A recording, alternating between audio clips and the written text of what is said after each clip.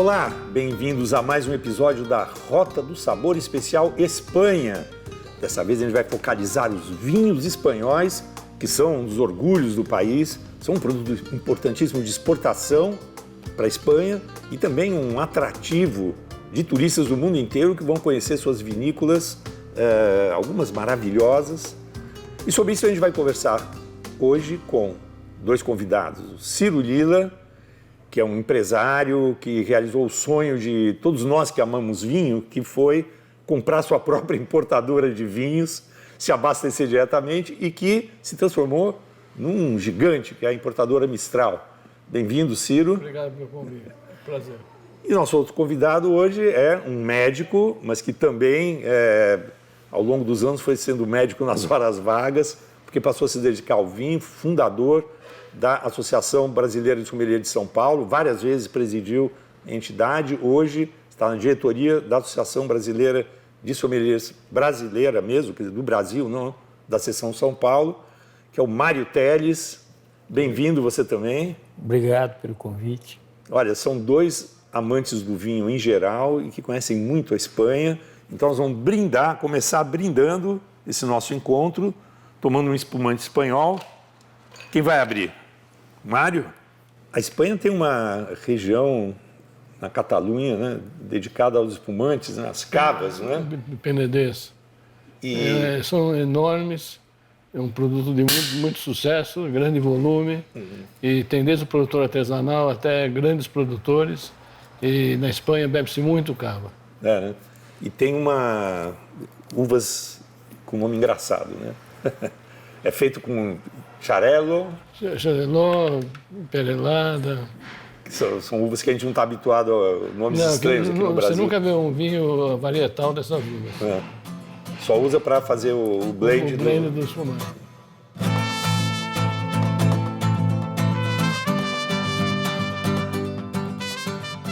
Saúde. Saúde. Saúde. Você gosta, Mário? Tem boas... Bom, eu acho que a gente está falando de cava, a gente está falando de algo muito especial. Uma das características que a cava tem é exatamente que ela é produzida exatamente igual a champanhe. Então, você tem essa tradição, lógico, adaptada ao solo e às uvas típicas da região. Então, você vai ter esse frescor, é uma coisa deliciosa, né? É uma coisa... Lógico, cada produtor vai imprimir a sua marca, mas é sempre algo especial. O nível geral é muito bom. Muito, muito. Esse cava está delicioso. Agora, na Espanha se bebe muito de tudo, mas nunca de barriga vazia, né? Então, a gente já providenciou aqui um primeiro aperitivo, deveria ser uma tapa, um gazpacho, para acompanhar esse espumante que a gente está tomando. E também a gente podia experimentar esse gazpacho com Jerez, né? Com Jerez, né? Manzanilla, La Gitana, né? O Jerez é uma bebida única, né, no mundo. Assim, esse método de fazer o vinho, né, que se faz na Andaluzia, né, no sul da Espanha. É um método muito especial, né? Soleira. Esse é o fino, ou manzanilla. Fino é quando é de Jerez da fronteira e manzanilla quando vem de San Lucas de Barrameda, que é o caso desse aqui. É que você faz o vinho branco normal, põe no tonel, aí acontece um milagre. Em alguns tonéis aparece uma película que protege dentro do tonel, que protege o vinho da oxidação. Então ele fica muito tempo no tonel e dá essa bebida única, que é o Jerez fino ou manzanilla. Você gosta, Mário? E dizem que essa maturação à beira-mar, em San Lucas de Barrameda, cria um toque de salinidade especial, que acho que deve ficar muito bom, inclusive, com o gazpacho. O gazpacho, né? Cria um elemento a mais de harmonização para a gente. Então, mais uma vez, saúde. Fora que Essa região é linda, né? Linda. Andaluzia. O sul da Espanha é muito bonito. É.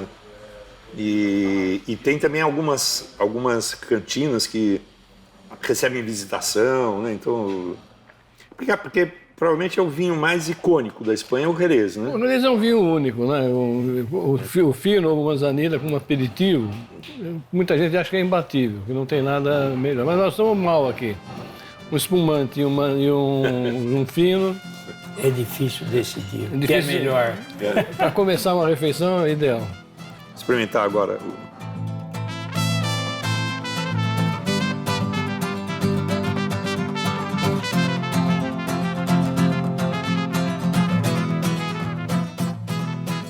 É interessante, na Espanha tem alguns vinhos que são muito marcantes, tanto brancos quanto tintos, né? Quer dizer, a Espanha tem uma variedade absurda de vinhos, É que estilos. A Espanha inteira hoje em dia produz vinhos.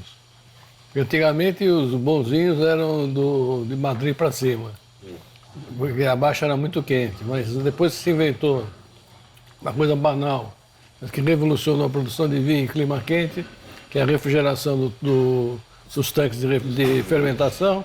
Então a Espanha inteira começou a produzir grandes vinhos, muitos grandes vinhos. E o espanhol bebe muito e bebe bem. É. E tem muita coisa típica que é da Espanha, como o Zirro, o Jerez. É verdade. Eu já visitei várias regiões da Espanha e tem muita coisa bonita para ver, com paisagem natural, como monumentos históricos, museus, os paradores. E agora sempre tem também um vinho local, né? Um chacolí aqui, um cava ali. Cada lugar que você vai faz parte da atração até do lugar, a gastronomia e os vinhos, porque tem realmente vinho na Espanha inteira e cada lugar eles têm orgulho dos seus vinhos, né? E é interessante que tem vinhos de características muito diferentes. Então, e a Espanha consegue produzir grandes brancos, grandes tintos, mais tintos, né? Mas grandes brancos também. E eu acho que o bom nesse, como o Ciro ressaltou, é que antigamente as versões locais eram um pouco, como é que a gente poderia dizer? Mais rústicas. Rústicas, Mas hoje, com esses avanços da tecnologia, o que a gente tem é redescoberto regiões como Coster del Segre, Rumila, próprio Piorato e Bierzo, com uvas que antigamente a gente pensava em Espanha só como algo monocórdico, tempranilo. E, na verdade, hoje você descobre, ou seja, grande é a nossa ignorância. E hoje, o que a gente vê é que com esses recursos ampliou-se muito a qualidade do bom vinho da Espanha. E a gastronomia não precisa nem falar. Maravilhosa. Você redescobre uvas que estavam esquecidas, né? Exatamente. Então, tem lugares que você pega videiras antiquíssimas, tratadas sem nenhum cuidado, produziam vinhos fracos, correntes. E você, com um pouquinho de cuidado e dando um tratamento VIP para as uvas, tonéis, etc., começaram a produzir, com a mesma videira, vinhos espetaculares, como no Priorato. Tem videiras antiquíssimas, estava meio esquecido, até que chegou dois, três produtores, deram um tratamento VIP e produziram um vinho excepcional. Bom, vamos seguir então a nossa viagem pela Espanha. Vamos tomar mais um branco, talvez? Eu me sacrifico. O que a gente vai fazer. Então, prosseguindo a nossa viagem, a gente foi agora um pouco para o norte, né? Saiu da Andaluzia, onde a gente estava, e estamos indo agora para Galícia. Para Galícia, fronteira com Portugal. Vamos tomar um albarino. Todo mundo conhece o alvarinho português, mas do outro lado da fronteira, do lado espanhol. Albarino é um dos vinhos brancos mais reputados da Espanha e merece ser melhor conhecido. O nome vem da uva, né? Albarino é da uva alvarinho. Então, mais um brinde. O dia promete. E já providenciamos aqui uma das tapas mais típicas, né, da Espanha, no caso mais da Catalunha, né, da Galícia, que é o pão com tomate, né? Que tá lindo esse aqui, hein, em especial. Mário, o Alvarinho e o Albarinho, os dois lados da fronteira, Mas como você identifica? é difícil, mas a sensação que eu tenho é que, vamos ver o que o Ciro acha, mas a minha impressão é que as versões do Albarinho são mais frescas, mais leves e melhores para acompanhar pratos como esse, os tapas, etc. Alguns alvarinhos, eu acho que eles têm uma estrutura um pouco maior e permitem até uma guarda, que é uma coisa que para vinho verde, que é o que você tem do outro lado, é pouco habitual, mas o alvarinho português faz uma exceção. E o alvarinho português às vezes tem uma agulhinha, um leve frisantezinho, que o espanhol não tem. Não tem. E é um vinho que no Brasil merecia até ser mais conhecido, porque para o nosso clima, assim, para tomar como aperitivo. Sem dúvida. Ele era totalmente desconhecido até uns 15 anos atrás e está se tornando um pouco mais conhecido, mas não é sombra da popularidade do alvarinho português. Merece ser mais bem conhecido. E essa é uma daquelas coisas que a gente não entende. Né? Por que no Brasil, em alguns lugares, por exemplo, como no litoral, no Nordeste, o pessoal não toma vinho branco, não acaba preferindo vinhos com 14,5 graus e tintos. Quando o branco seria o ideal para combinar até com a gastronomia local. Bom, o começo aqui do programa está glorioso, esse episódio aqui com os vinhos brancos da Espanha e com as primeiras tapas que a gente experimentou, criando uma combinação incrível, mas a gente também precisa provar os vinhos tintos, que são também uma glória da vinicultura espanhola. Então, no próximo bloco, a gente vai pegar essa outra faceta dos vinhos espanhóis, os tintos. Não sai daí.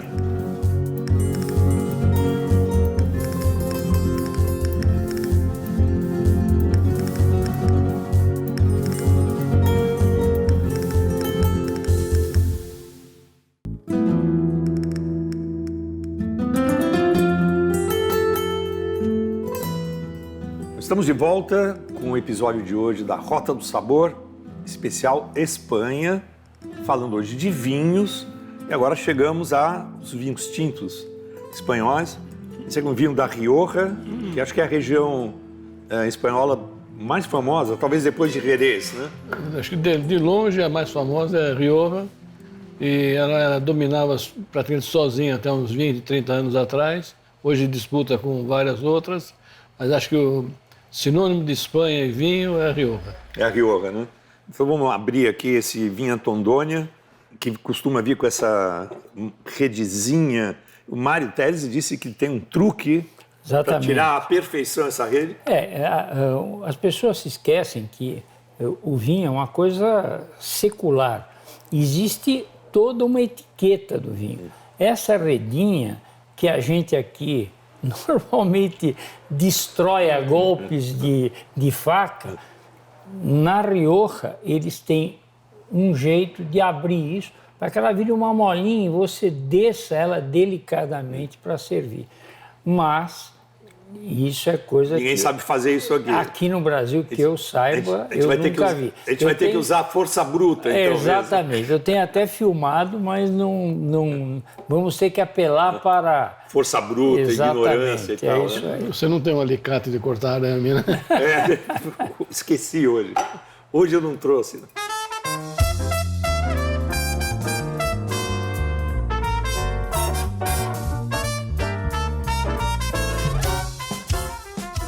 Ciro, quer abrir dessa vez? Cada um aqui já abriu um vinho, fez o Ciro. Esse Tondônia é um vinho tradicionalíssimo. Se eu pudesse visitar só uma vinícola no mundo, eu visitaria o Tondônia. Porque tudo como era 100 anos atrás, os móveis, os tonéis, pra você ter uma ideia, o balde não é de inox nem de plástico. Os baldes são de madeira. Então, eles fazem os vinhos como faziam há 100 anos atrás e é um ícone na Espanha. É um vinho muito bom.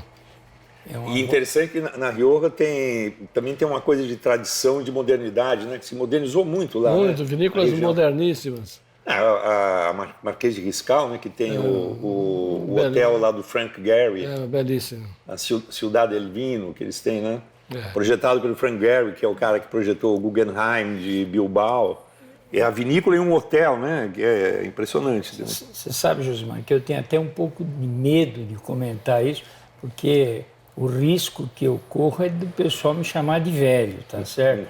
Mas eu acho que um dos problemas dessa modernização é que às vezes você se afasta um pouco do estilo. E eu, que sou um fanático pelo estilo tradicional da Rioja, que produz vinhos mais elegantes do que potentes, né? Eu me lembro que eu causei grande furor uma vez quando me convidaram para ir ao Wines of Argentina e pediram para cada um levar um vinho que de alguma forma representasse um modelo que o país deveria seguir. E eu levei um vinho da Rioja e quase fui linchado lá publicamente porque eles acharam que ele era elegante demais. Mas eu acho que é isso. A Rioja tem a marca da elegância. Aliás, esse Tondônia é 2017. 2007. 2007. Esse produtor é um caso à parte. Ele Não, tem... e é a última safra deles que foi lançada no mercado. Significa que ele tem estocado 2008, 2009, 2010 até o 2020. Ele vai lançando um por ano. Então, ele já, quando o vinho chega no mercado, já está no ponto de ser bebido. E ele fica guardado em garrafas já, né? Já saiu do tonel, onde ele ficou muito tempo, e foi para a garrafa. Aí fica 10 anos engarrafado e trancado na adega. Trancado na adega. A gente aqui babando, esperando. Se educando. Mas esse é um exemplo típico, quando a gente prova, tem gente que acha que vinho depende só de tanino para envelhecer. E o Rioja prova exatamente a antítese disso. Saúde. O vinho que não tem tanino. O tanino já ficou tudo no tonel. Exatamente. Ficou tanto tempo também guardado. É como os borgonhas, ele envelhece às custas principalmente da acidez. É uma delícia, Bem uma leve. maravilha, né? Um aroma. Olha, o Oscar Bosch, que é o chefe aqui do Tanit, preparou para gente 2 croquetas, que é uma outra glória espanhola, são as croquetas. São muito diferentes dos croquetes que a gente faz no Brasil, que também são gloriosos, mas são outra coisa. As croquetas são cremosas na Espanha, feitas com molho bechamel. Então, essa é de frango com presunto, né? Com presunto espanhol. E essa outra é de rabada, né? Essa aqui tá uma delícia. E acho que vai ficar muito bom. Vamos começar com a... Acho que essa de frango com esse Tondônia vai ser o frango com Ramon. Muito bom. A acidez do vinho corta a gordura do prato. E é um vinho delicado. Esse aqui é de frango e Ramon. Essa outra croqueta é de rabada. A gente podia guardar para experimentar com o próximo vinho. Tá bom. Agora a gente vai para Priorato, Não, nós vamos para Ribeira del Duero, Ribeira del Duero, que é, terra do Vero Sicília. que é outra, enfim, outra região mítica. Se tornou uma região mítica também da Espanha, né? Então, eu já vou servir o outro vinho, enquanto a gente acaba de comer isso aqui.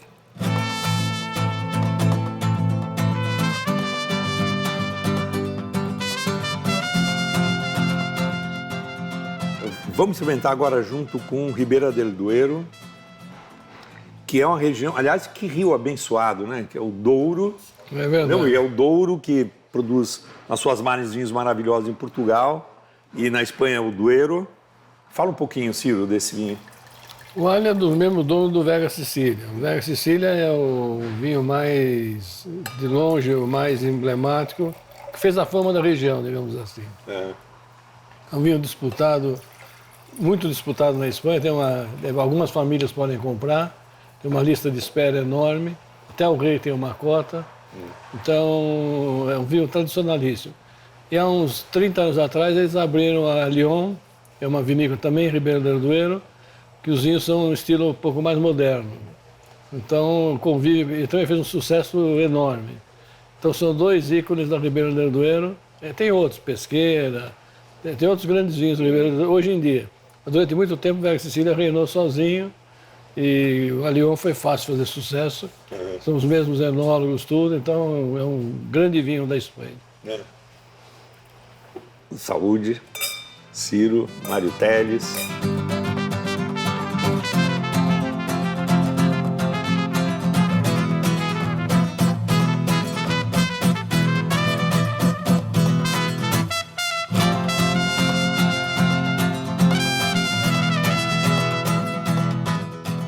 Vamos pro próximo, então? Vamos. Só mais um, prometo, porque as pessoas devem estar sofrendo em casa com o nosso sofrimento aqui, né? Agora a gente vai para mais um último tinto do episódio, mas que vai valer a pena o sacrifício, né?